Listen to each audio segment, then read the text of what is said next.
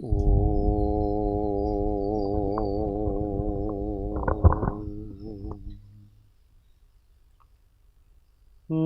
श्रीवर्धमानाय निर्धूतकलिलात्मने सालोकानां त्रिलोकानां यद्विद्यादर्पणाति महादेव्या कुक्षिरत्नं शब्दजितर्वात्मजम् राजचन्द्रमहं वन्दे तत्त्वलोचनदायकं प्रभु तत्त्वलोचनदायकम्। परात्पर गुरुवे नमः। परम्पराचार्य गुरुवे नमः। परम गुरुवे नमः। साक्षात् प्रत्यक्ष सद्गुरुवे नमो नमः। अनंत अनंत भाव भेद थी भरेली भली अनंत अनंत नाय निक्षेपे व्याख्यानी छे सकल जगत हित कारिणी हारिणी मोह तारिणी भवाब्दी चारिणी प्रामाणी छे उपमा आप्यानी जेने तमारा खवीते व्यर्थ आपवाथी निज मति मपाई में मानी छे अहो राज चंद्र बाळ ख्याल नथी पामताय जिनेश्वर ताणी जाणी तेणे जाणी छे गुरुराज ताणी जाणी तेणे जाणी छे। ओ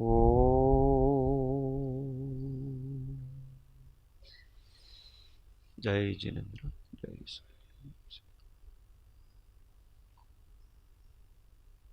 तत्व चर्चा में श्री जैन सिद्धांत प्रवेशिका अध्याय 1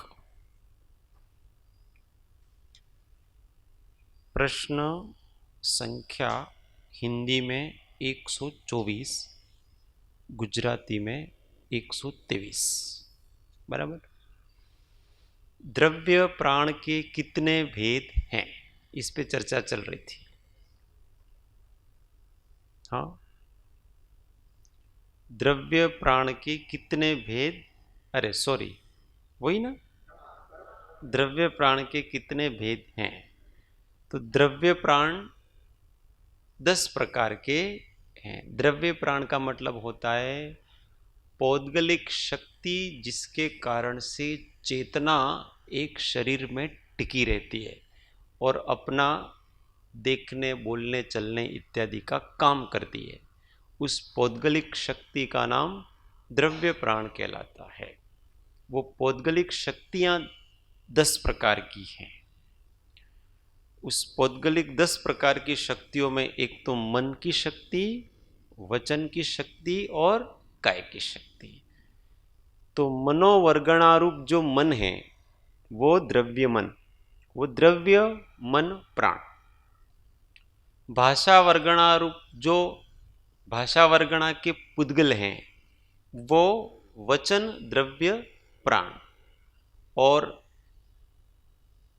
आहार वर्गणा रूप औदारिक आदि शरीर रूप जो काय है वो काय प्राण। स्पर्शनेन्द्रिय जो स्पर्श करने में निमित्त भूत है वो पौद्गलिक रचना, इसका नाम स्पर्शन इंद्रिय प्राण। यहां द्रव्य प्राण में सब पौद्गलिक रचना लेना। ये पुद्गल इंद्रियां हैं वो दो प्रकार की हैं, एक द्रव्य इंद्रिय और एक भाव इंद्रिय। द्रव्य इंद्रिय का मतलब होता है, द्रव्य इंद्रिय भी दो प्रकार की है, एक तो उपकरण है बाहर का और दूसरी रचना है। उपकरण का मतलब होता है जैसे कान, सुनने के लिए जैसे कान है तो कान ये उपकरण है, वो भी दो प्रकार के, एक बाहर का उपकरण है, एक अंदर का उपकरण। रचना है वो भी दो प्रकार की है, एक तो जो भी इंद्रिय है अपनी, उसका जो आकार है उस आकार रूप पुद्गलों का रचित होना, और एक उस आकार रूप आत्म प्रदेशों का रचित होना। ये अभ्यंतर निवृत्ति मतलब रचना, एक बहिरंग निवृत्ति रचना। तो यहां जो स्पर्शन इंद्रिय लिया है वहां पर उपकरण के रूप में लेने का है भी अपने को, तो ये उपकरण है। रसना इंद्रिय मतलब जो स्वाद लेने का काम करती है वो रसना इंद्रिय है। तो जिसके निमित्त से स्वाद लिया जाता है ऐसी पौद्गलिक रचना, उसका नाम रसना इंद्रिय द्रव्य प्राण। घ्राण इंद्रिय जिसके द्वारा सुगंध और दुर्गंध उसका ज्ञान प्राप्त होता है, उस निमित्त भूत पौद्गलिक रचना का नाम घ्राण इंद्रिय है, नाक वगैरह जो भी। चक्षुर इंद्रिय जिसके द्वारा आत्मा वर्ण का ज्ञान करता है, उसमें निमित्त जो पौद्गलिक रचना है उसका नाम चक्षुर इंद्रिय द्रव्य प्राण कहलाता है। और श्रोत्रेंद्रिय कर्ण जिसके द्वारा आत्मा शब्द सुनने का ज्ञान करता है, शब्द का ज्ञान करता है, उसमें निमित्त भूत जो पौद्गलिक रचना है उसका नाम श्रोतेंद्रिय द्रव्य प्राण। और श्वासोश्वास जिसके कारण से आत्मा अपने अन्य अवयवों को चलाने के लिए श्वासोश्वास रूप क्रिया करता है, उसमें जो निमित्त होता है वो श्वासोश्वास नाम का प्राण। ये जो श्वास उच्छ्वास है उसका काम क्या है अपने, तो जितने भी अन्य अवयव है अपने, वो सारे अवयव अपना अपना काम करें, उसके लिए उनको वायु की आवश्यकता है। अगर वायु नहीं होगी ना तो कोई भी अंग अपना काम नहीं करेगा। इसलिए वायु का काम जो प्राण करता है उसका नाम श्वासोश्वास कहलाता है। ये श्वासोश्वास मतलब शरीर अंगोपांग नाम कर्म के उदय से और इंद्रिय तत्संबंधी इंद्रिय आवरण और वीर्यांतराय के क्षोभशम से इसकी उत्पत्ति होती है। इसलिए कहते हैं ना कि कोई व्यक्ति जीवित है अथवा मर गया है तो कैसे पता लगाते हैं, इसकी श्वास चल रही है कि नहीं चल रही। अगर श्वास है तो इसका मतलब वायु अंदर जा रही है और अंदर की वायु बाहर आ रही है, इसका मतलब इसके सारे अवयव अच्छी तरह से चल रहे हैं, अर्थात वो जीवित है। और अगर उसकी श्वास नहीं चल रही है तो उसका एक भी अवयव, कान कान की जगह है, नाक नाक की जगह है, मस्तक मस्तक की जगह है, पैर पैर की जगह है, हाथ हाथ की जगह है, सब अपनी अपनी जगह हैं, पर अगर उसमें वायु का संचार नहीं हो तो एक भी काम नहीं करेगा। इसलिए वायु बहुत, इसी का नाम श्वासोश्वास है। तो जिस शक्ति के कारण से है उसको ये द्रव्य प्राण कहते हैं। कहीं पूछो। अच्छा, इसको समाधि शतक में, समाधि शतक की गाथा लिया है। कौन सी श्लोक है वो? हाँ, इच्छादिज निज यंत्र थी वायुनो संचार, तेनाथी तन यंत्र सौ वर्ते सौ व्यापार। तो होता क्या पता है, इसमें मूल में सबसे पहले जीव की इच्छा होती है कुछ करने की, चलने की, खाने की, पीने की, कोई भी प्रकार की क्रिया करने की इच्छा होती है। इच्छा होते हैं तो आत्म प्रदेश प्रकंपित होते हैं। उस आत्म प्रदेशों के साथ फिर प्रकंपित होते तो वायु का संचार होता है और फिर उस वायु से सारे अंग प्रत्यंग चलते हैं। इसीलिए छद्मस्त जीव की बिना इच्छा के कोई काम नहीं होता है। किसी के चलने की इच्छा नहीं होगी तो चलेगा नहीं। क्यों नहीं चलेगा पता है? कि तथारु वायु का संचार नहीं होगा, जीवित तो रहेगा। तो चलने के लिए जितनी वायु का संचार की आवश्यकता, एक्टिव होने की जरूरत है, उतनी वायु का संचार नहीं होगा। वो उतनी इच्छा से ही होगा। किसी को बोलना है, बोलने के लिए जितनी शक्ति चाहिए उतनी मात्रा में हवा चाहिए, प्राण शक्ति चाहिए। प्राण वायु कहते हैं ना अपन। अगर उतनी शक्ति नहीं तो जीवित है, बोल नहीं सकता। सबके लिए अपनी, ये वायु बहुत महत्व की वस्तु है। इसलिए तो कहते हैं ना ऑक्सीजन को प्राण वायु इसलिए कहते हैं प्राण वायु।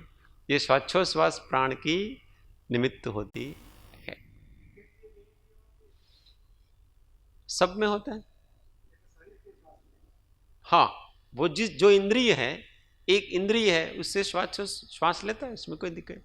पूरे शरीर से लेता है। उसकी तो नाक नहीं है, पर नाक से ही ले, ऐसा तो है नहीं। वो सारे अंग से, सर्वांग से श्वास ले सकता है। अथवा वो इंद्रिय है, क्योंकि एक इंद्रिय होती है ना, वो सर्वांग में होती है। जैसे अन्य अन्य इंद्रियां हैं, उनके प्रदेश नियत स्थान पर है। जैसे आंख के प्रदेश ये नियत स्थान पर है, कान के प्रदेश नियत स्थान पर है। तो कोई कान, इतने स्थानों पर कोई वस्तु उससे टकराएगी, उससे संबंधित विषय, तो ही कान विषय करेगा। आंख के सामने आएगा तो ही आंख विषय करेगी। नाक के प्रभाव क्षेत्र में उसका जितना क्षेत्र है वहां पर आएगा तो ही। अब आपको कोई वस्तु सूंघनी है और आप कौन ही ऐसा करो, यहां से सूंघ सकते हो? नहीं सूंघ। जबकि आत्म प्रदेश तो यहां है, परंतु घ्राणेन्द्रिय की रचना के योग्य जो प्रदेश है, वो ज्ञान है, वो सेंस यहां नहीं होगा आपके, वो यही होगा। परंतु एक स्पर्शन इंद्रिय ऐसी है कि जिसकी रचना पूरे शरीर में, जिस जीव का जितना शरीर है उस पूरे शरीर में वो उपकरण रूप सारी स्पर्शन इंद्रिय है। तो हर जगह जहां आत्मा, आपका आत्म प्रदेश है, वहां पर स्पर्शन इंद्रिय है, क्योंकि वहां पर अपना शरीर है। इसीलिए वो सर्वांग से ले लेता है एक इंद्रिय जीव, उसमें कोई दिक्कत नहीं होती है। हम्म।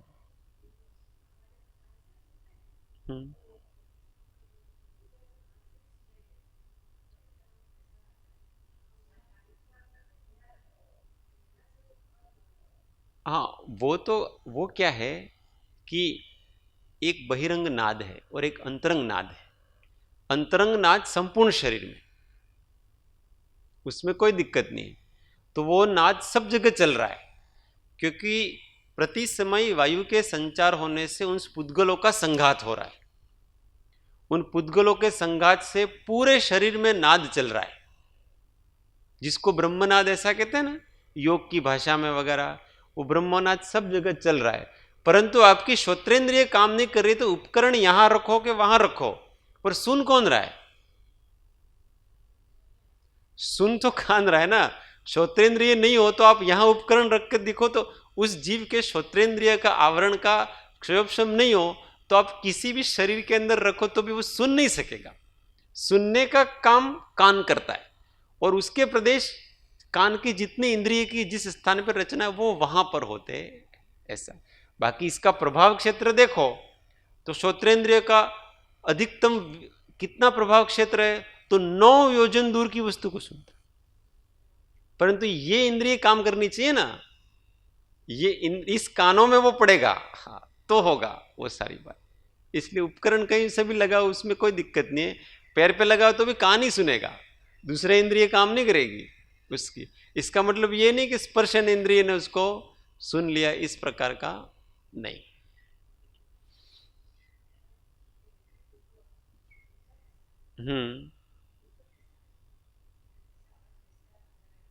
हाँ हाँ हाँ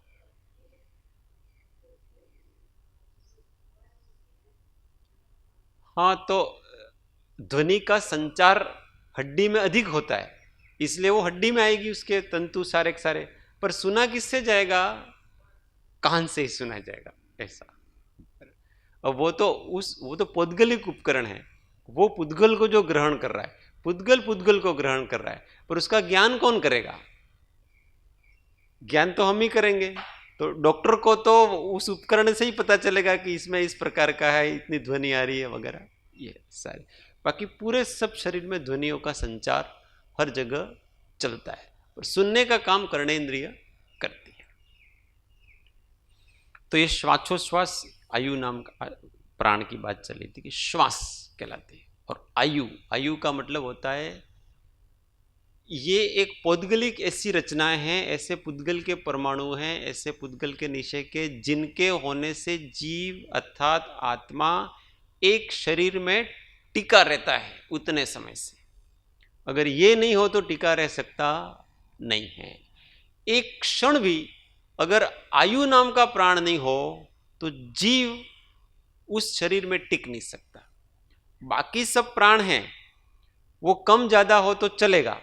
जैसे मन किसी का नहीं है तो भी शरीर में रह सकता है, जीवित रह सकता है एक शरीर में।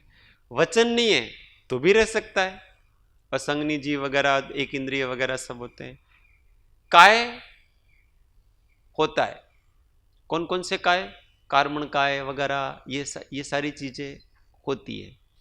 तो अगर ये औदारिक काय नहीं हो तो भी जीव रहता है, कार्मण काय से, तेजस काय से, उससे रहता है, उसमें तो कोई दिक्कत नहीं। कोई न कोई काय तो, पर ये शरीर छूटने में आयुष्य कर्म है ना, औदारिक शरीर छूटने में ये आयुष्य कर्म मुख्य वस्तु है। एक सेकंड के लिए क्या, एक समय के लिए भी आयुष्य कर्म नहीं है तो इस शरीर में आत्मा नहीं रहे। तो इस औदारिक काय में आत्मा में रहने का जो नियामक प्राण है वो आयु नाम का प्राण होता है। इंद्रिया कम ज्यादा हो तो चले, अथवा उसकी शक्ति कम ज्यादा हो तो चले।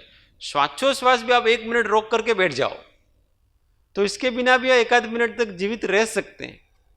परंतु और आपका श्वास का तंत्र नहीं चल रहा है तो आपको डुप्लीकेट श्वास भी देते हैं, तो आयुष्य कर्म जब तक है तब तक तो वो जिएगा।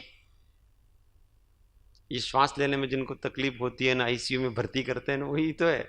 वो श्वास नहीं ले सकता है, वास्तव में उसमें श्वास लेने की शक्ति है, पर उसका उपकरण बिगड़ गया है। अब उसका उपकरण बिगड़ गया इसलिए कृत्रिम रूप से उसको उपकरण लगा करके श्वास दी जाती है। और वो कब तक ऐसा श्वास लेता रहेगा? जब तक उसका आयुष्य कर्म बाकी है तब तक तो वो आईसीयू में भर्ती है, तो वो जीवित है ऐसा हम मान लेते हैं। मेरे डॉक्टर कहते हैं कि जीवित है, जीवित है। और आयुष्य कर्म चला गया तो वो तो हो सकता है धड़कता रहे, पर जीव उसमें नहीं है। ऐसे होता है, 2-2 4-4 दिन तक वहां पड़ा है, जीव मर गया है। 4 दिन बाद डॉक्टर बताते हैं भाई तुम्हारा गया उसके, क्योंकि उनको तो 4 दिन के कुछ मिलेगा, 4 दिन रखने का मिलेगा ना। तो ये आयुष्य प्राण कहलाता। एक क्षण के लिए भी आयुष्य प्राण के बिना ये जीव रह सकता। तो ये द्रव्य प्राण है।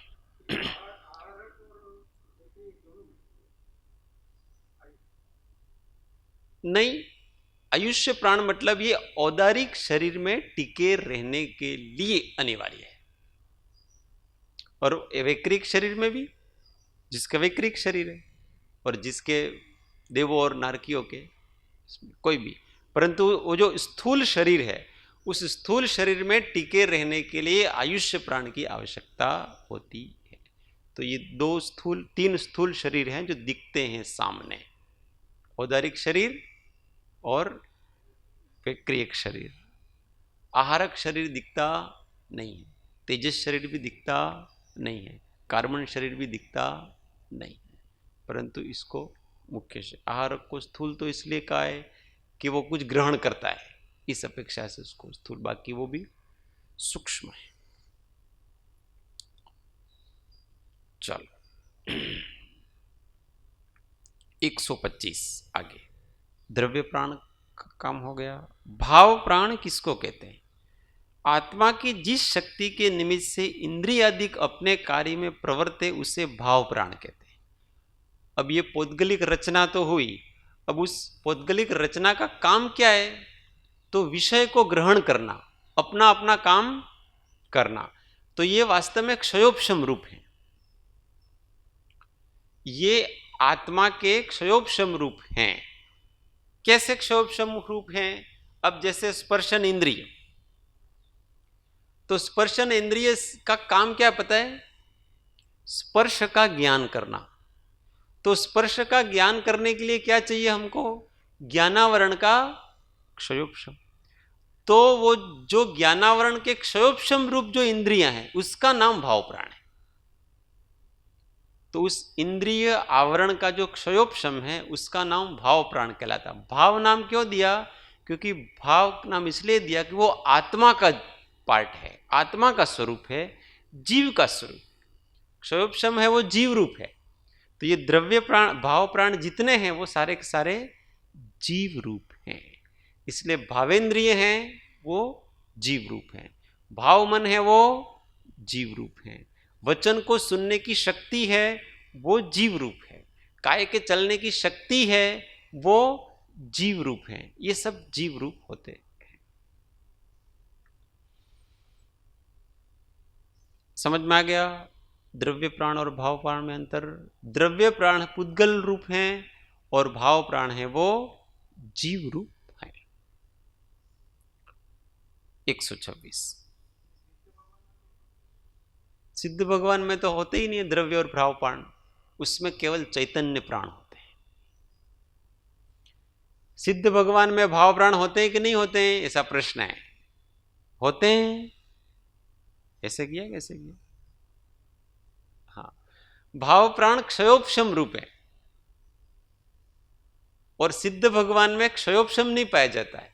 सिद्ध भगवान का ज्ञान तो क्षायिक ज्ञान है, इसलिए उनके द्रव्य और भाव प्राण नहीं है, उनके चैतन्य प्राण है, चेतना मात्र है। इसलिए अब प्राण 3 प्रकार के हो गए, द्रव्य प्राण, भाव प्राण और निश्चय प्राण अर्थात चैतन्य प्राण। तो द्रव्य प्राण वो पौद्गलिक हो गए, भाव प्राण है वो क्षयोपशम रूप हो गए, और चैतन्य प्राण है वो तो निष्कारण जीवत्व शक्ति है, उसका नाम चैतन्य प्राण कहलाता है। वो तो सबके हैं, सभी जीवों के चैतन्य प्राण हैं, पर भाव प्राण और द्रव्य प्राण हैं वो केवल सांसारिक जीवों के होते हैं और सिद्धों के और सबके चैतन्य प्राण। 126 किस जीव के कितने प्राण होते हैं? बराबर, एकेंद्रिय जीव के 4 प्राण होते हैं, स्पर्शेंद्रिय, कायबल, श्वासोच्छ्वास और आयु। द्विइंद्रिय के 6 प्राण, स्पर्शनेन्द्रिय, कायबल, श्वासोच्छ्वास, आयु, रसनेन्द्रिय और वचन। त्रिइंद्रिय के 7 प्राण हैं, पूर्वोक्त 6 और घ्राणेन्द्रिय। चतुरिंद्रिय के 8 प्राण हैं, पूर्वोक्त 7 और चक्षुरिंद्रिय। पंचेंद्रिय असैनी के 9 प्राण हैं, पूर्वोक्त 8 और 1 श्रोत्रेंद्रिय। और सैनी पंचेंद्रिय के 10 प्राण हैं, पूर्वोक्त 9 और 1 मन। अब उसको समझ लेना कि सबसे कम प्राण एक इंद्रिय में होते हैं। तो एक इंद्रिय जीव के पास इन 10 में से कौन कौन से प्राण होंगे? तो सबसे पहले तो वो एक इंद्रिय है, इसका मतलब इंद्रिय प्राण हो गया। आयु के बिना जीव रहता नहीं, इसलिए उसके पास आयु प्राण भी हो गया। श्वासोच्छ्वास के बिना भी वो अपना काम चला रहता नहीं, इसलिए श्वासोच्छ्वास भी हो गया।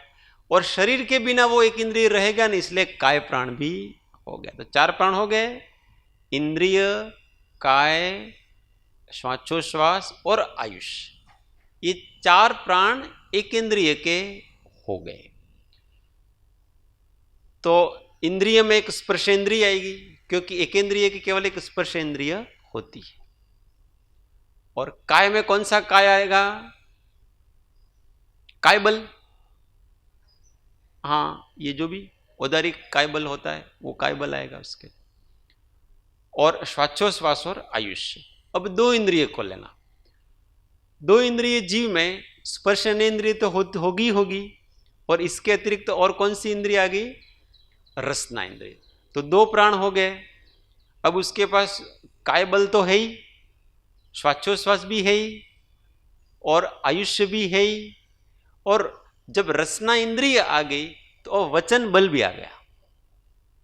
वो दोनों साथ साथ आते हैं, वचन बल और रसना इंद्रिय। तो अभी तक काय बल था, अब वचन बल भी उसके पास आ गया। तो दो इंद्रिय के पास कितने प्राण हो गए? 6 प्राण हो गए। अब 3 इंद्रिय को लो, अब एक एक इंद्रिय बढ़ाते रहना।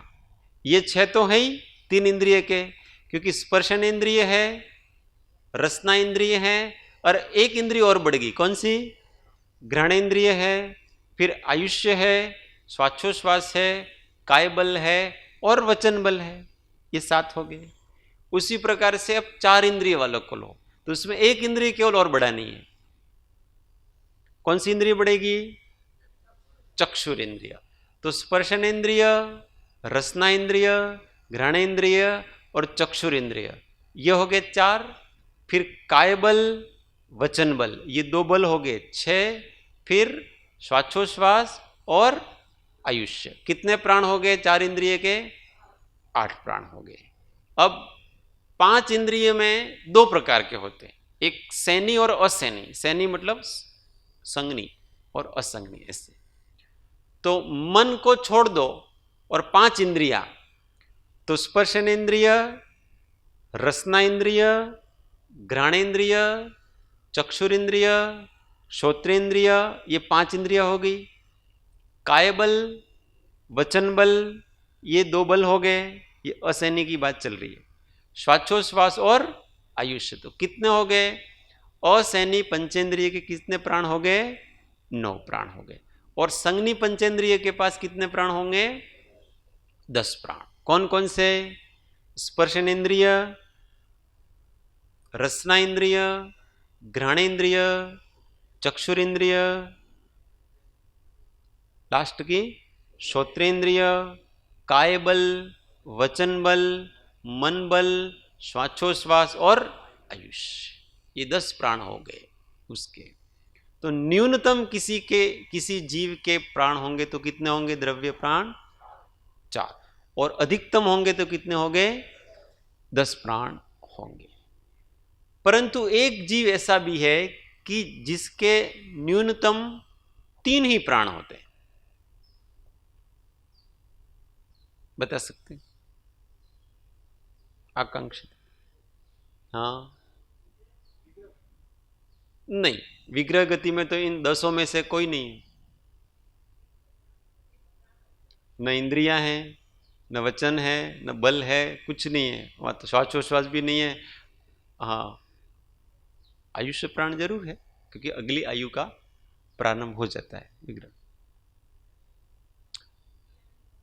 हाँ, तो जो निगोद या अपर्याप्त जीव होता है, तो जो अपर्याप्त जीव होता है उसमें क्या होता है कि श्वासोश्वास जो पर्याप्ति वो पूर्ण होने के पहले उसका आयुष्य खत्म हो जाता है। तो श्वासोश्वास प्राण नहीं होता है उसके, वो होने के पहले ही मर जाता है। तो उसके पास कितने प्राण हो गए? अब 3 ही प्राण हो गए। एक इंद्रिय होगी, एक काय बल हो गया उसका, और एक आयुष्य प्राण हो गया, और श्वासोश्वास उसके पास रहा नहीं, वो होने के पहले मर जाता है, अपर्याप्त जीव। तो इस प्रकार से न्यूनतम होंगे तो अपर्याप्त की अपेक्षा से वो 3 होंगे। बाकी सामान्य रूप से न्यूनतम 4 प्राण और अधिकतम 10 प्राण। समझ गए? चलो, तो ये प्राण समझ में आ गए।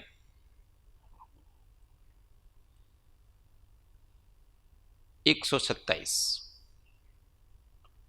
भाव प्राण के कितने भेद हैं? अब देखो, 10 भाव प्राण नहीं है, उसमें भी कुछ 10 में ऐसे हैं जो केवल द्रव्य प्राण है, और कुछ द्रव्य प्राण भी हैं और भाव प्राण भी है।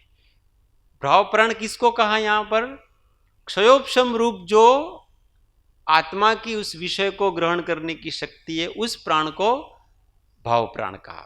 तो यहां भाव प्राण के कितने भेद है? तो दो, भावेंद्रिय और बल प्राण। समझ में आ रही बात? भावेंद्रिय में क्या होता है कि जैसे स्पर्शनेन्द्रिय, तो स्पर्शनेन्द्रिय का संबंधी जो क्षयोपशम है, मतलब वो कितने स्पर्श को विषय करती है, उसकी जो आत्मा की शक्ति है उसका नाम है स्पर्शनेन्द्रिय भाव प्राण। रसना इंद्रिय का मतलब उस रस को ग्रहण करने की, जानने की, अनुभव करने की आत्मा की कौन सी शक्ति है, क्षयोपशम शक्ति, उसका नाम रसनेन्द्रिय भाव प्राण।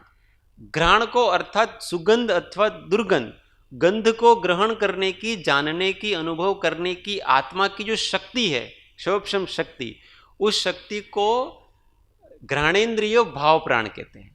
और वस्तु को, वर्ण को देखने की जो आत्मा की क्षयोपशम रूप शक्ति है, उस शक्ति को दर्शनेन्द्रिय भाव प्राण कहते हैं। और शब्दों को सुनने की आत्मा की जो क्षयोपशमिक शक्ति है, उस शक्ति को श्रोत्रेंद्रिय भाव प्राण कहते हैं। तो ये 5 प्रकार के भाव प्राण हो गए, ये आत्मा की शक्ति रूप। और 3 प्रकार के बल प्राण हो गए। मन के द्वारा विषय ग्रहण करने की शक्ति। मन कितना विषय ग्रहण कर सकता है? स्मरण करना, कल्पनाएं करना, ये सब करना, तो वो मन भाव प्राण हो गया। वचन के द्वारा विषय को ग्रहण करने की शक्ति अथवा विषय को अभिव्यक्त करने की शक्ति, ये वचन भाव प्राण हो गया। ये सब तत्संबंधी वीर्यांतराय के क्षयोपशम से होते हैं। और काय प्राण, तो काय के द्वारा चलने इत्यादि की आत्मा की शक्ति, काय के द्वारा क्रिया करने इत्यादि की आत्मा की जो शक्ति है, उसका नाम काय भाव प्राण। अगर आत्मा की शक्ति चलने की नहीं हो, भाव प्राण नहीं हो, तो ये शरीर नहीं चलेगा।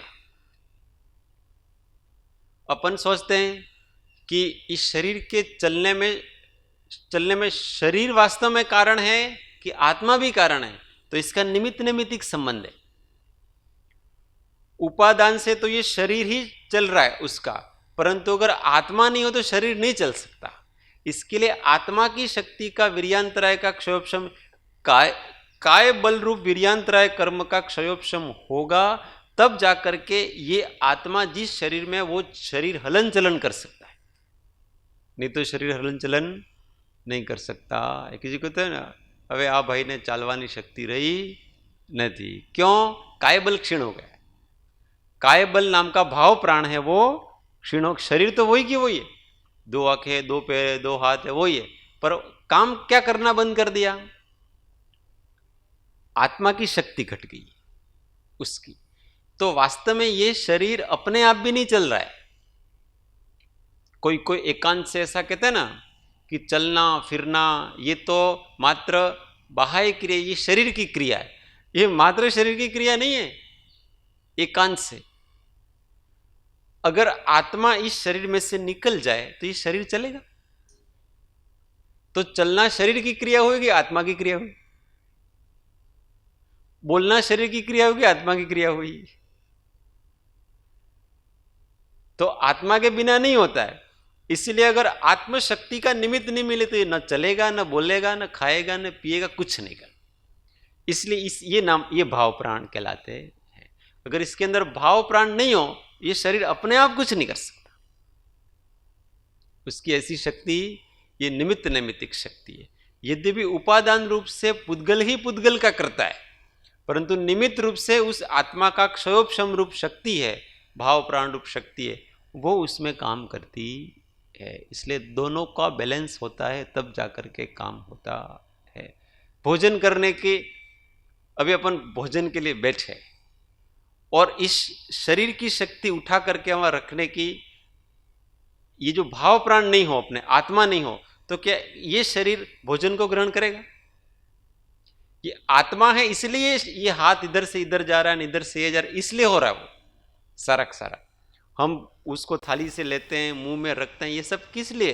ये आत्मा की शक्ति से हो रहा है, शरीर की शक्ति से नहीं हो रहा, तो ये जो आत्मा की शक्ति है ना उस क्रिया को करने की, इसका नाम ये भाव प्राण कहलाता है।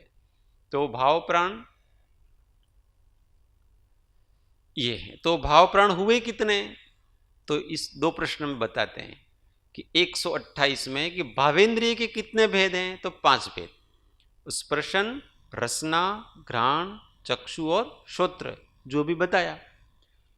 स्पर्शन इंद्रिय का क्षयोपशम, वो स्पर्शन भाव प्राण। रसना इंद्रिय का क्षयोपशम, वो रसना भाव प्राण। घ्राणेन्द्रिय का क्षयोपशम, वो घ्राण भाव प्राण। चक्षुरेंद्रिय संबंधी क्षयोपशम, वो चक्षुरेंद्रिय भाव प्राण। और कर्णेंद्रिय संबंधी क्षयोपशम, वो कर्णेंद्रिय भाव प्राण। फिर 129 बल प्राण कितने हैं, तो बल प्राण 3 प्रकार के हैं। मन के निमित्त से बल प्राण मतलब मन को प्रवर्तित करने की आत्मा की शक्ति, वचन को प्रवर्तित करने की आत्मा की शक्ति वचन भाव बल प्राण, और काय को प्रवर्तित करने की आत्मा की शक्ति वो काय भाव बल प्राण। बराबर समझ में? हाँ, प्रश्न।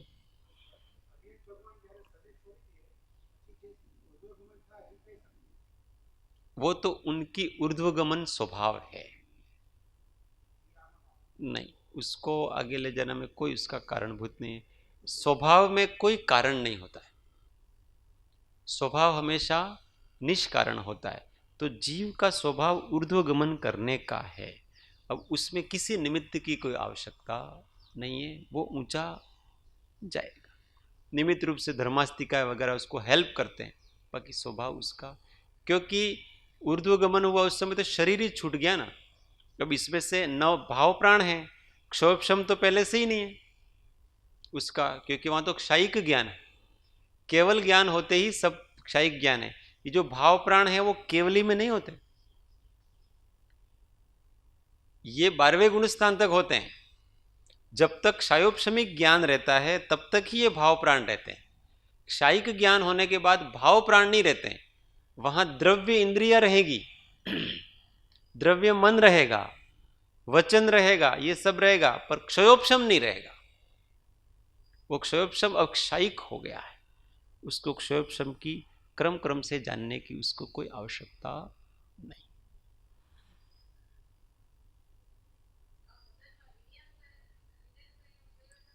हाँ, वो अक्षर इन बल में वीर्यांतराय का क्षयोपशम ही मुख्य है, और इसमें ज्ञानावरण का क्षयोपशम और वीर्यांतराय का दोनों का जरूरी है। क्योंकि मन को, वचन को और काय को प्रवर्तित होने के लिए ज्ञान की जरूरत नहीं है, परंतु इंद्रियों को अपने अपने विषयों को ग्रहण करने के लिए ज्ञान की जरूरत है, इसलिए उसमें ज्ञानावरण का क्षयोपशम चाहिए। बाकी ज्ञानावरण का क्षयोपशम हर एक में रहता है। वीर्यांतराय और ज्ञानावरण का क्षयोपशम जीव की हर प्रवृत्ति में रहेगा, किसी में भी। ये हमेशा दोनों वीर्य गुण और ज्ञान गुण हमेशा एक साथ चलते, इसलिए ज्ञान दर्शन वीर्य ये 3 गुण ऐसे हैं कि इस जीव के हमेशा रहते, कभी उनका नाश होता, कभी उनका पूरी तरह से उनके ऊपर आवरण आता नहीं। तो अब 10 तो द्रव्य प्राण हो गए और 8 भाव प्राण हो गए। 8 प्राण हुए भाव प्राण, 5 इंद्रिय और 3 बल। अब बचे कौन से 2 प्राण, आयु और श्वासोश्वास। अब ये केवल द्रव्य प्राण है, ये भाव प्राण नहीं है। क्यों? क्योंकि ये क्षयोपशम रूप नहीं है, ये केवल पुद्गल है बस। श्वासोश्वास भी केवल पुद्गल है, उसके लिए किसी क्षयोपशम की जरूरत नहीं होती किसी की, वीर्यांतरा का भी नहीं चाहिए, किसी का नहीं चाहिए। और जो आयुष्य है उसके लिए भी कोई क्षयोपशम की जरूरत नहीं होती, ये उदय है बस, उदय से रहता है। तो आयुष्य कर्म का उदय होता है और क्षय होता है, बस। उसका क्षयोपशम आदि कुछ है नहीं, क्योंकि ऐसे क्षयोपशम करने वाले देशघाती प्रत्यय इसमें कोई काम करते नहीं है। इसका विज्ञान साइंस थोड़ा विस्तार से, अपने को उसमें इतना विस्तार से नहीं जाना है। बाकी ये केवल पौद्गलिक रचना है, इसलिए ये द्रव्य प्राण।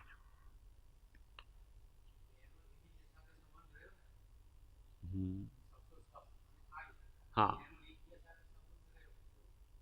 संबंध तो, हाँ, संबंध तो सबका सबके साथ है, इंद्रिय के साथ भी है, सबके साथ है, परंतु मुख्य रूप से एक दूसरे का संबंध किससे है? तो श्वासोश्वास और आयुष्य के साथ है। जैसे श्वास, आयुष्य टूटने लगता है, श्वासें भी टूटने लगती हैं। अपन कहते हैं ना, हर श्वास के साथ आयुष्य कर्म के निषेकों की उदीर्णा हो रही है। हर श्वास के साथ हम जितनी श्वास ले रहे हैं, वो सारी श्वासें क्या कर रही है? हमारे आयुष्य कर्म के निषेकों को कम कर रही, समाप्त कर रही। इसलिए क्षण क्षण हम मर रहे। इसका मतलब ये नहीं कि श्वास नहीं लेना, ऐसा ऐसा नहीं कि आप रोके रखोगे तो आप ज्यादा जियोगे। कोई कोई में ऐसे अन्य बहुत से दर्शनों में भ्रम चलता है, प्राणायाम करके 500 साल तक जी सकते हो, वो श्वास को रोक देते हैं। तो ऐसा नहीं है, श्वास को रोक देने से आपका आयुष्य कर्म भी रुक जाएगा, ऐसा नहीं है। हाँ, श्वासोश्वास कम होता है, तो कम होता है तो क्या होता है पता है? कि सामान्य श्वास चलेगा। जब तक हमारा सामान्य श्वास चलता है ना, तब तक हमारे आयुष्य कर्म की बहुत अधिक उदीर्णा नहीं होती है। इसलिए ऐसे जीवों का अकाल मरण नहीं होता है। ये जो अकाल मरण होने का कारण क्या पता है? कि किसी विष से अथवा अन्य एक्सीडेंट होने से वगैरह से अथवा हार्ट अटैक से, वो एक साथ आकुलता के कारण आयुष्य कर्म के निषेक एक साथ, तो उसका धड़कनें बढ़ जाती। इसलिए एक्सीडेंट होता है ना, आकुल होता है, धड़कनें बढ़ती है उसकी। अटैक आता है ना, तो धड़कन इतनी जबरदस्त बढ़ती है उसकी कि अंदर ही अंदर उसका आयुष्य कर्म के सारे निषेकों की उदीर्णा हो जाती। और जो निषेक उसके 10 साल 15 साल 20 साल चलने वाले थे, एक सेकंड में खत्म हो जाते। इसका नाम अकाल मरण है, जिसको कदली घात मरण ऐसा कहते हैं ना, वो ऐसा है। तो उसका सामान्य श्वास चलता, तो इसलिए अंतिम श्वास होती है ना जीव की, उसमें जितने भी श्वासोश्वास उसके आयुष्य कर्म निषेक बचे ना, एक साथ उदीर्णा हो जाती है उसकी, और मर जाता है। इसका अर्थ समझे? मरण का काल निश्चित है। इसका अर्थ ये है, कोई कोई ऐसा समझते हैं कि इसका मतलब हम जब चाहे मर सकते हैं। बिल्कुल नहीं ऐसा। जिस व्यक्ति को जिस समय मरना है और जिस समय जन्म लेना है, वो फिक्स है। कदली घात मरण का अर्थ यह है, अकाल मरण का अर्थ यह है कि वो मरण आपका उदीर्णा पूर्वक हुआ है। वो शरीर का छूटना है, वो आपका उदीर्णा पूर्वक हुआ है। बस इतना ही अर्थ है उसका। उसका अर्थ ऐसा नहीं कि ये व्यक्ति बहुत जी सकता था, तो जी सकता था वो उसके आयुष्य कर्म के आधार पर कहा जा रहा है कि आपके पास जब आयुष्य के निषेक हैं, तो अगर वो क्रम क्रम से खिरे, सामान्य से खिरे, तो किसी के पास 80 साल चले इतने आयुष्य के निषेक हैं, परंतु उसका मरण का समय आ गया। अर्थात शरीर इस देह में कितने समय तक रहेगा, वो आयु का समय आ गया उसके। तो अब क्या होगा पता है? 80 साल चलने वाले आयु के निषेक कोई ऐसा निमित्त मिलेगा और 1 सेकंड में खिर जाएंगे। इसका नाम अकाल मरण। तो अकाल मरण का अर्थ कभी ऐसा नहीं समझना कि जब चाहे तब हम जी सकते हैं, जब चाहे मर सकते हैं, जल्दी मर गए, ऐसा नहीं। जल्दी नहीं मरा, वो मरना तो नियत समय पे था, उसी समय मरा है, पर वो उदीर्णा पूर्वक मरा है। उसके पास आयुष्य के निषेक कितने थे कि 80 साल तक चल सकते थे, परंतु मृत्यु का समय आ गया भाई। या तो उसको एक्सीडेंट होगा, या कोई अटैक आएगा, कुछ भी होगा, उससे उसके आयुष्य कर्म की उदीर्णा होगी। परंतु जिस समय मरना हो तो पक्का। इसलिए जीवों को ऐसे भ्रम होता है बहुत से, मैंने इसको मार दिया, बालक था बहुत जीता, कहाँ मार दिया तूने? उसके मृत्यु का समय आ गया। वो मैं जी सकता हूं, प्राणायाम करके नहीं हो, बहुत साल तक जीऊंगा, कुछ कोई ऐसा काम नहीं करूंगा कि आकुलता व्याकुलता नहीं होगी, ऐसा काम नहीं करूंगा, तो कुछ जी जाएगा। ये इसका भ्रम है। तुमको जिस समय मरना है ना, उस समय तुम मरोगे। निश्चित रूप से मरोगे। तीर्थंकर भी नहीं रह सके तो कौन रह सकता? ये भ्रम नहीं पालना। अकाल मरण का अर्थ बहुत से ऐसा समझते हैं हमारे हाथ में है सब, कोई किसी के हाथ में नहीं।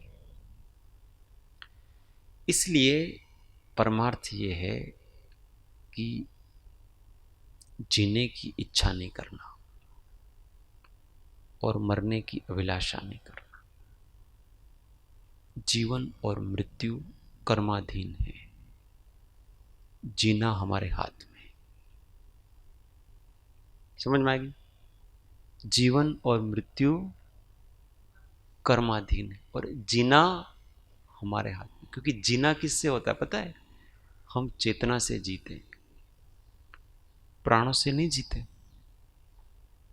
अगर हम प्राणों से जीते तो सिद्ध भगवान हमेशा के लिए मरे हुए ही होते। मर थोड़ी गए वो सिद्ध भगवान, उनके पास एक भी प्राण नहीं है, फिर वो जीवित हैं कि नहीं? जीवत्व शक्ति के कारण से वो जीवित है, उसके पास चेतना है। तो हम चेतना है, हम ये द्रव्य प्राण, हम इंद्रिया, मन, वचन, ये सब हम नहीं, और मैं अविनाशी हूं। इस भाव को पकड़ना, ये जानने का अर्थ ये है बस। ओ हाँ हाँ, प्राणवायु। हाँ, ऑक्सीजन नहीं मिलेगी तो मर जाएगा। क्यों मर जाएगा? मरने का समय आ गया इसलिए ऑक्सीजन मिलेगी नहीं। सीधी बात है, मरने का समय आ गया इसलिए ऑक्सीजन नहीं मिलेगी उसको। ऑक्सीजन नहीं है इसलिए मर गया ऐसा नहीं है, मरने का समय तो आ ही गया है उसके। वो किसी और कारण से, जिसको ऑक्सीजन मिलती है वो नहीं मरते। बस क्या? अरे वो जन्म नहीं है, वो तो पेट से निकाल रहे हैं। बालक का पेट से निकालना जन्म नहीं है। जिस समय वो गर्भ में आता है ना, वो ही जन्म है उसका। जो विग्रह गति होती है, उस विग्रह गति के बाद में जो उसका जो चौथा समय होता है, अथवा जिसके जितने समय हो उतने, तो जो पहली बार वो नवीन गति के योग्य 9 कर्म वर्गणाएं ग्रहण करता है, वो उसका जन्मदिन है, अर्थात जन्म समय है। वो जन्म समय तो किसी को पता ही नहीं, केवल ही को पता है। हम तो पेट से खींच के निकालते हैं, उसी को जन्म मानते हैं। गर्भ कल्याण तो वो तो इंद्रों को वगैरह सबको पता पड़ता है, इसके गर्भ में आया, क्योंकि अवधि ज्ञान है ना, अवधि ज्ञान से पता पड़ता है। मां को तो पता नहीं पड़ता है। अगर अवधि ज्ञानी हो तो पता पड़े।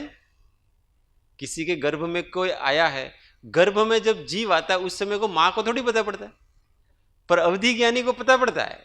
उसके इंद्र का सिंहासन डामाडोल होता है, घंटनाद होता है। तो उनका कि कोई तीर्थंकर आया है गर्भ में, ऐसे तो अवधि ज्ञान से जान सकते हैं। जान सकते हैं ना, केवल ज्ञान में सब कुछ जान सकते, तो मृत्यु के समय क्यों नहीं जान सकते? साधारण जीव भी जान सकते हैं, क्या दिक्कत है? मति ज्ञान के बहुत से प्रकार, उसमें से जान सकते हैं अपन। अवधि ज्ञान से भी जान सकते हैं, किसी का कब मरेगा क्या है जान सकते हैं। और ज्योतिष लोग भी जानते हैं, ये ग्रह नक्षत्र ये सब मति ज्ञान में आता है, तो ये मति ज्ञान से जान सकते हैं, कोई दिक्कत नहीं।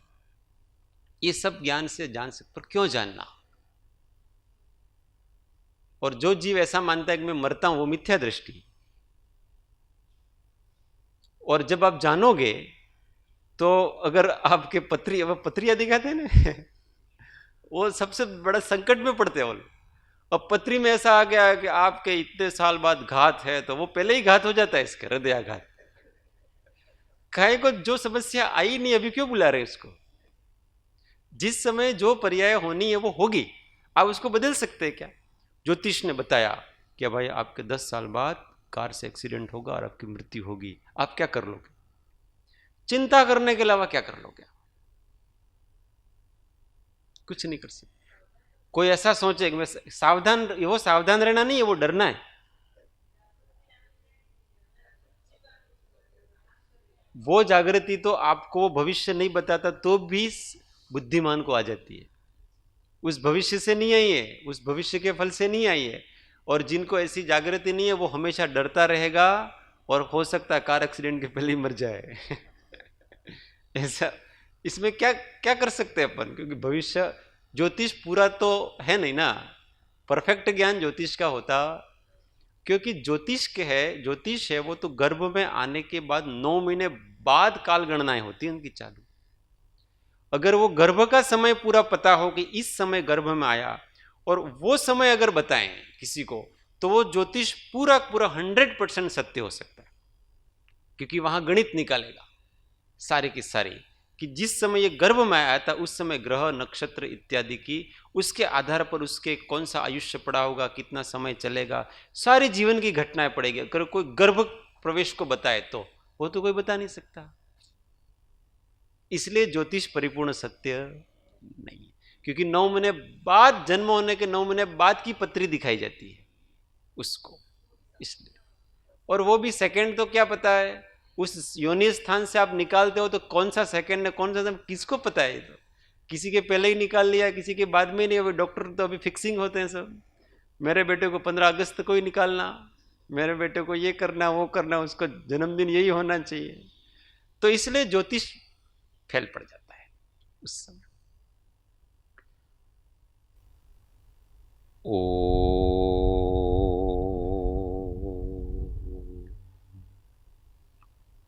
देह छता जेनी दशा वरते देहाती, ते ज्ञानी ना चरण मां हो वंदन अगणी, ते ज्ञानी ना चरण मां हो वंदन अगणी।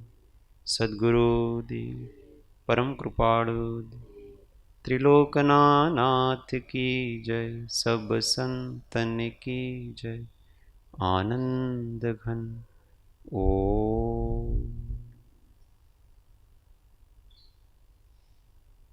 एक मिनट मौन, आत्म अनुसंधान।